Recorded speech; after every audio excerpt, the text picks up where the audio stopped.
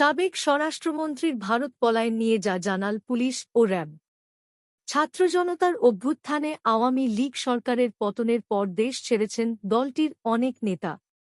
তাদের মধ্যে সবচেয়ে আলোচিত সাবেক স্বরাষ্ট্রমন্ত্রী আসাদুজ্জামান খান কামাল। সম্প্রতি তাকে ভারতের কলকাতার ইকোপার্কে আওয়ামী লীগের বেশ কয়েকজন নেতার সঙ্গে আড্ডা দিতে দেখা গেছে। বুধবার ২ অক্টোবর এ বিষয়ে কথা বলেছে র্যাব ও পুলিশ। কারওয়ান বাজারের মিডিয়া সেন্টারে র্যাপিড অ্যাকশন ব্যাটালিয়নের র্যাব লিগ্যাল অ্যান্ড মিডিয়া উইংয়ের পরিচালক মুখপাত্র লে কর্নেল মেয়া মুনিম ফেরদৌস বলেন, সাবেক স্বরাষ্ট্রমন্ত্রীর ভারতে অবস্থানের বিষয়ে আমি কিছু জানি না। আপনারা টিভিতে দেখে যা জানেন আমিও সেভাবেই জানি।